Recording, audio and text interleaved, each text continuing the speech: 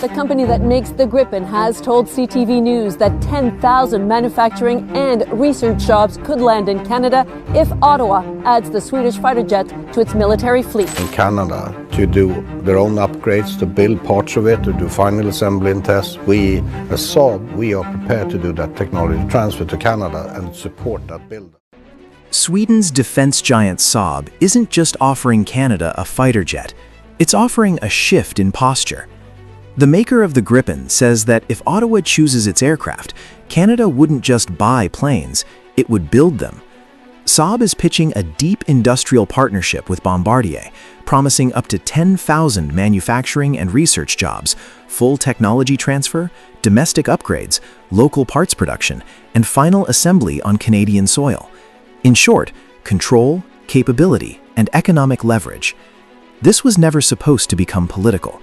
Canada entered the fighter replacement process expecting routine modernization, retire the aging CF-18s, finalize the F-35, maintain seamless integration with the United States, and move on.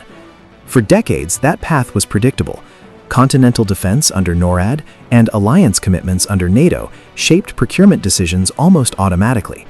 But once the Gripen became a serious contender, the temperature changed. Behind closed doors, Washington's tone reportedly hardened. Quiet warnings replaced diplomatic language. The message wasn't public, but it was unmistakable. Choosing the Swedish jet could carry strategic consequences. Why? Because this isn't just about hardware.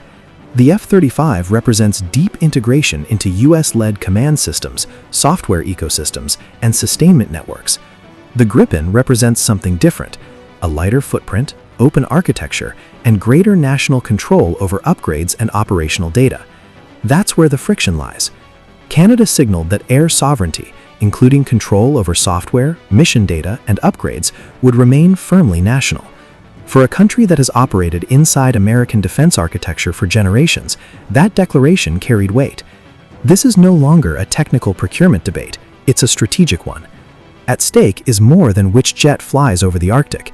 It's about who controls the code, who owns the upgrades, who decides operational parameters, and how much independence a close US ally can assert without reshaping alliance politics. Saab is selling jobs and technology transfer. Washington is defending integration and interoperability.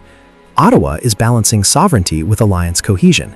And suddenly, a fighter jet decision has become a test of how much strategic autonomy Canada is prepared to exercise and how much latitude the alliance is willing to tolerate. The tension was never about whether the F-35 works. It does. It remains one of the most advanced fighter platforms ever built. Nor was Canada signaling a break from NATO or its partnership with Washington. Those pillars are not in question. What changed the atmosphere was precedent.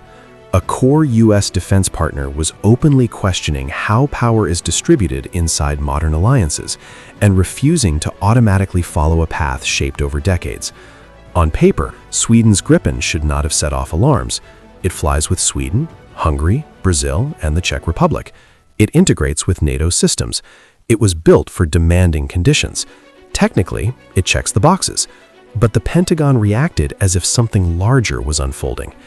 Because the Gripen represents something Washington has carefully managed since the Cold War: independence. Unlike the F-35 ecosystem, the Gripen does not rely on American-controlled software infrastructure. It does not require U.S. authorization to integrate certain weapons. Mission data remains under national authority.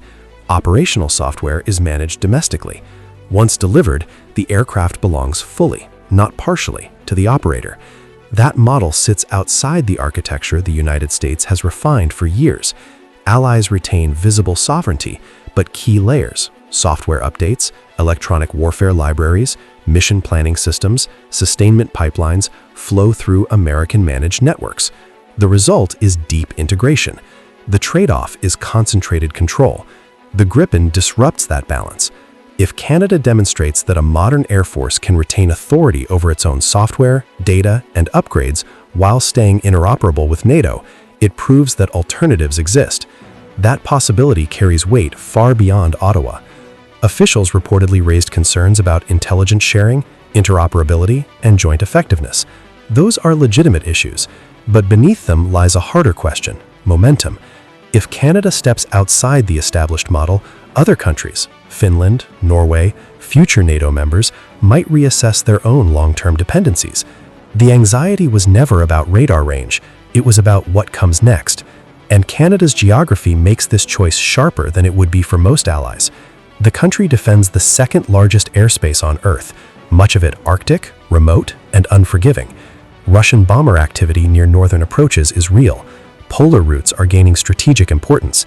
Infrastructure is sparse. Weather is brutal. Response time matters more than brochure specifications. Canada does not design its air power around desert expeditionary campaigns. It defends frozen skies. That operational reality changes the calculus and explains why this debate has become about more than a jet. It is about control, resilience, and whether sovereignty in the software age can coexist with alliance integration without triggering friction at the highest levels. Arctic air power is not a brochure exercise, it is mechanical reality.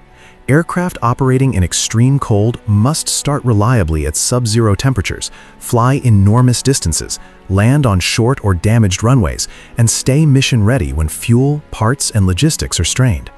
Peak performance in perfect conditions means little if availability collapses after a week of sustained harsh weather. The Gripen was built with those assumptions in mind. Sweden designed it expecting early strikes on airbases, disrupted command networks, and degraded centralized control. Its doctrine is simple: survive by dispersing. Pilots trained to operate from highways and improvised strips. Small ground crews can refuel and rearm quickly with minimal equipment. The aircraft was engineered to function without massive infrastructure. The F-35 reflects a different philosophy. It dominates through deep integration, advanced maintenance ecosystems, sensor fusion, and constant digital connectivity. Its stealth and data fusion capabilities are exceptional, but that strength depends on uninterrupted support networks, secure data links, intact runways, protected fuel depots, stable supply chains. In high-intensity conflict, those networks become primary targets. This does not diminish the F-35's capabilities. It highlights the assumptions embedded in its design. The Gripen assumes those assumptions fail early. It prioritizes availability over complexity and resilience over centralized precision. When bases are damaged and networks degraded, that distinction becomes operationally decisive. Inside Canada's deliberations, that realization shifted the conversation. This stopped being a procurement exercise. It became a long-term survivability debate. Modern NATO doctrine increasingly acknowledges that pristine, centralized air bases are vulnerable. Concentrating aircraft improves efficiency, but reduces survivability. Distributed operations spread risk. Smaller detachments, multiple launch points, rapid relocation. Shock absorption instead of single points of failure. The Gripen aligns naturally with that model. Operating from roads and remote strips makes air power harder to neutralize. Command structures can adapt without collapsing. High-end capabilities benefit from dispersion rather than being trapped by dependence on fixed infrastructure. This debate was never about replacing advanced fighters. It was about preserving them in the kind of conflict planners now take seriously. Washington understands that shift, and that is why the discussion escalated beyond performance metrics and into strategic signaling, culminating in pointed warnings that revealed how much more was at stake than aircraft specifications. The pressure moved from private warnings to public signals. Washington indicated it could increase U.S. fighter operations inside Canadian airspace if Ottawa reduced or canceled its F-35 purchase. Under NORAD, Cross-Border Interception Authority already exists, a Cold War framework built on trust and shared command. But the implication was clear: a smaller Canadian fleet would force operational adjustments. U.S. Ambassador Pete Hoekstra, speaking to CBC News, said Canada's planned fleet of 88 F-35s directly affects continental defense planning. Any reduction, he suggested, would require the United States to compensate. In strategic language, that means more American aircraft covering more northern approaches and potentially restructuring NORAD force posture. The timing mattered. Ottawa was reviewing the F-35 contract after projected costs rose by roughly $8 billion over 3 years. Prime Minister Mark Carney ordered a reassessment, questioning whether the investment still aligned with Canada's economic and security priorities, especially as relations with Washington faced strain amid tariff threats from President Donald Trump. At the same moment, Saab advanced a competing offer: local manufacturing, technology transfer, and more than 12,000 Canadian jobs. The contrast was sharp: integration versus autonomy, performance versus industrial leverage. All of this unfolded against a broader climate where trade disputes and tariff threats blurred the line between economic policy and security cooperation.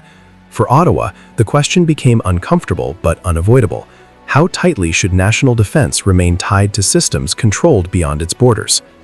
The F-35 delivers elite stealth, advanced sensors, and seamless integration with U.S. command networks. But it also places Canada inside an ecosystem managed largely by Washington. Software updates, mission data, sustainment pipelines, and long-term upgrades flow through American-controlled channels. That structure creates strategic dependence and political exposure, particularly during periods of volatility in U.S. domestic leadership. The Gripen offers a different equation: lower operating costs, full national authority over software and weapons integration, deeper domestic industrial participation, and greater flexibility. But it would limit access to certain NATO capabilities and complicate coalition planning at the highest level. There is no perfect choice. Scaling back the F-35 could strain relations with Washington and require NORAD adjustments at a time of increasing Arctic activity. Continuing with the F-35 ensures unmatched capability, but deepens structural dependency. And even with a non-US fighter, Canada would remain embedded in an American-led sensor and command architecture. Full autonomy under NORAD is unrealistic. But autonomy exists on a spectrum, and degrees matter. Canada's posture is not a rejection of cooperation, it is a recalibration. Ottawa's message is that partnership does not require hierarchy, and interoperability does not require surrendering operational authority. That distinction, subtle but significant, is what turned a fighter purchase into a debate about the future structure of alliances themselves. That message traveled well beyond Ottawa. What unsettled Washington was not the aircraft itself, it was Canada's refusal to comply quietly. For decades, fighter programs have done more than provide air power, they have shaped alliance behavior. Data access, software updates, electronic warfare libraries, sustainment pipelines, even upgrade timelines often flow through a single power center. That structure reinforces interoperability. It also concentrates influence. When Canada openly questioned that model, the reaction became political. The warnings were never truly about combat radius or radar performance. They were about precedent. If Canada demonstrates that operational independence can coexist with NATO interoperability, the influence equation shifts. Other governments are watching closely, not simply to see which jet wins, but to see how Canada handles pressure from its closest ally. This moment signals something larger. Alliances in the future may need to be negotiated continuously, not assumed automatically. Sovereignty and solidarity are no longer abstract concepts. They are being measured in software control, mission data authority, and upgrade permissions. At its core, Ottawa's hesitation comes down to trust. The F-35 offers unmatched technological dominance, but embeds critical systems within an external ecosystem. The Gripen offers greater national control, but at the cost of tighter integration with certain NATO capabilities. Neither path is flawless. One leans towards performance within hierarchy, the other leans towards autonomy within partnership. What makes this pivotal is not procurement, it is authority. Who controls the code? Who authorizes the upgrade? Who manages the data when national security is on the line? Fighter programs have evolved into instruments of influence, binding allies through digital architecture long after contracts are signed. Cooperation has gradually merged into reliance. Canada's stance exposed that quiet reality. By resisting without breaking the alliance, Ottawa demonstrated that the structure can be questioned without collapsing. That alone shifts expectations across NATO. It suggests that integration does not have to mean dependency, and that close partners can recalibrate without abandoning solidarity.